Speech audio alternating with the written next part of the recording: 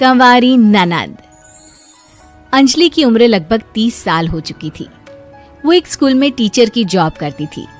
अंजलि के घर में उसकी माँ के अलावा उसका छोटा भाई और भाभी भी रहा करते थे। 30 साल की उम्र होने के बाद भी अंजलि की अब तक शादी नहीं हुई थी। इस बात को लेकर अंजलि की माँ रुक्मिणी देवी काफी परेशान रहा करती थी। माँ, मैं स्कूल जा रही हूँ, जरा मेरा टिफिन तो दे दीजिए। अब क्या पूरी जिंदगी मैं तुझे टिफिन बनाकर देती रहूंगी? अरे कुछ सोचा भी अपने बारे में या बस ऐसे ही? क्या माँ, सुबह सुबह फिर वही बातें लेकर बैठ गई। माँ गलत क्या कह रही है अंजलि दीदी? इतनी उम्र हो चुकी है आपकी, माँ कब तक आपकी सेवा करती रहेंगी? भाभी, मैंने माँ को कब कहा कि मेरी सेवा करो? वैसे भी अपना टिफिन मैं खुद तैयार कर लेती हूँ, बस टेबल से उठाकर देने को ही तो कहा था। वैसे अंजलि दीदी, देखा जाए तो टिफिन उठाकर देने की उम्र तो आपकी है। आपका अपना घर परिवार बच्चे होते तो ये जिम्मेदारी आज आप पूरी कर रही होती। एक बात मेरी समझ में नहीं आती, अगर मेरी शादी नहीं हुई तो इसमें मेरी क्या गलती है और तुम सब लोग मेरे पीछे क्यों पड़े रहते हो? अरे कुछ कहना क्या पीछे पड़े रहना होता है? अपने छोटे भाई को देख, तुझसे 3 साल छोटा है लेकिन 2 बच्चे खेल रहे हैं आंगन में। मुझे आप लोगों की कोई बात नहीं सुननी, जा रही हूँ मैं। और आप में से किसी को मेरा कोई काम करने की जरूरत नहीं है, मैं खुद संभाल लूंगी। इतना कहकर अंजलि वहां से चली जाती है। शाम को जब अंजलि अपने स्कूल से लौटकर घर वापस आती है तो उसने देखा कि पड़ोस वाली निर्मला चाची वहां पर बैठी हुई थी। क्या बात है अंजलि बिटिया, नौकरी करके वापस आ गई? जी चाची जी, कैसी हैं आप?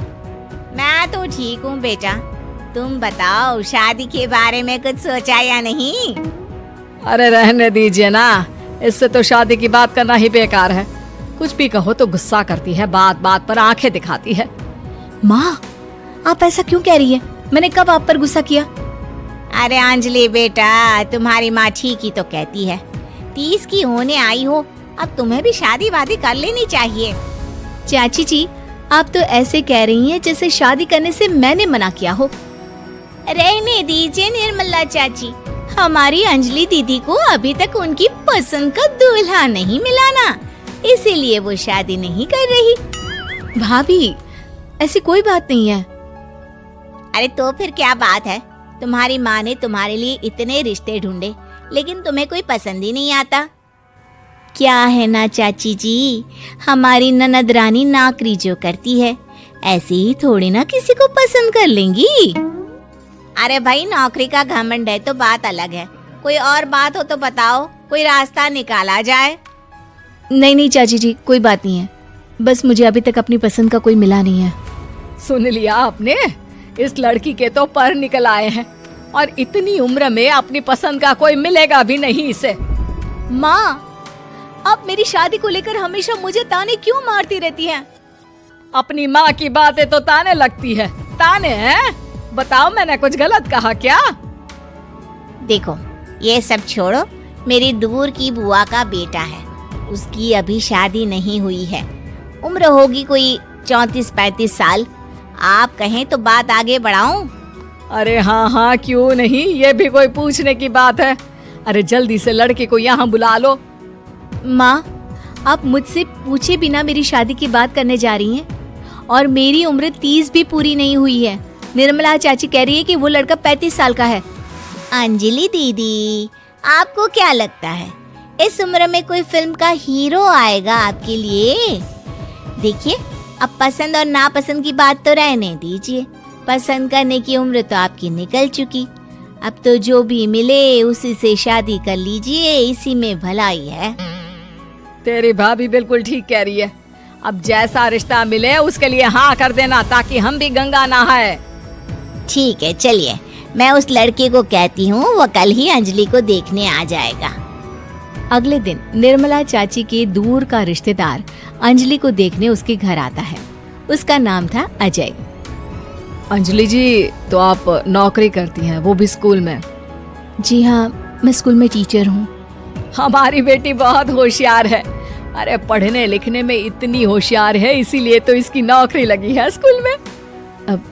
हाँ ठीक है आंटी जी, जरा मुझे भी तो बात करने दीजिए आपकी बेटी से।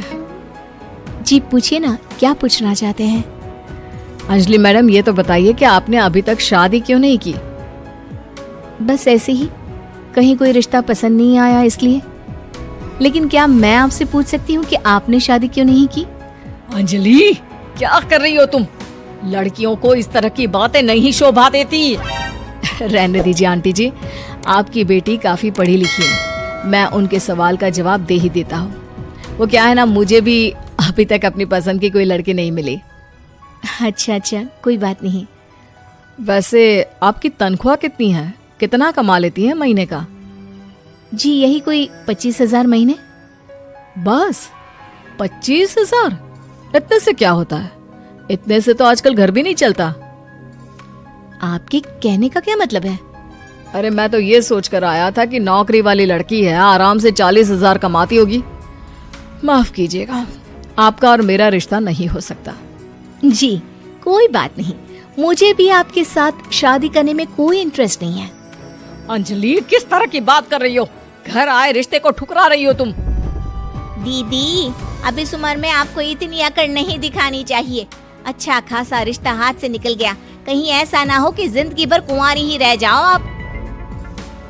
कुछ दिन और ऐसे ही निकल जाते हैं और अंजलि की शादी कभी नहीं होती। अंजलि के परिवार वाले बिंदास उसे ताने मारते रहते हैं, लेकिन अंजलि एक बड़ी नौकरी की तैयारी करती है और उसमें सिलेक्ट होने के बाद अंजलि को एक बहुत बड़ी नौकरी मिल जाती है। अब तो दीदी के नखरे और भी ज्यादा बढ़ जाएंगे भाई। अब तो इतनी बड़ी नौकरी जो लगी है, अब इनकी शादी होने से रही। माँ, मुझे नौकरी के लिए दूसरे शहर जाना पड़ेगा। आप जानती हैं ये बहुत बड़ी जॉब है और इसमें पैसे भी बहुत ज्यादा मिलेंगे। अच्छा, कितने पैसे मिलेंगे बेटा? माँ, मुझे हर महीने 90,000 सैलरी मिलेगी। क्या? अरे वाह वाह, ये तो बहुत अच्छी बात है। लेकिन फायदा क्या? कितने भी पैसे मिले, शादी तो हुई नहीं ना तुम्हारी। अंजलि नौकरी करने के लिए दूसरे शहर में चली जाती है और जब कुछ महीनों के बाद वो वापस घर आती है तो उसे अपने पति के साथ देखकर उसके घर वाले हैरान रह जाते हैं। अरे अंजलि, तूने शादी कर ली और हमें बताया तक नहीं। और दामाद जी करते क्या हैं? इतनी बड़ी कार है उनकी। माँ, मैं आपको सब कुछ बताना चाहती थी, लेकिन आप सबके ताने सुनकर बहुत दुखी हो गई थी और इसलिए मैंने अपनी पसंद से शादी कर ली। मेरे पति मेरे साथ ही ऑफिस में नौकरी करते हैं और बहुत बड़े अफसर हैं। और एक बात बताऊं माँ, आज मैं बहुत खुश हूँ।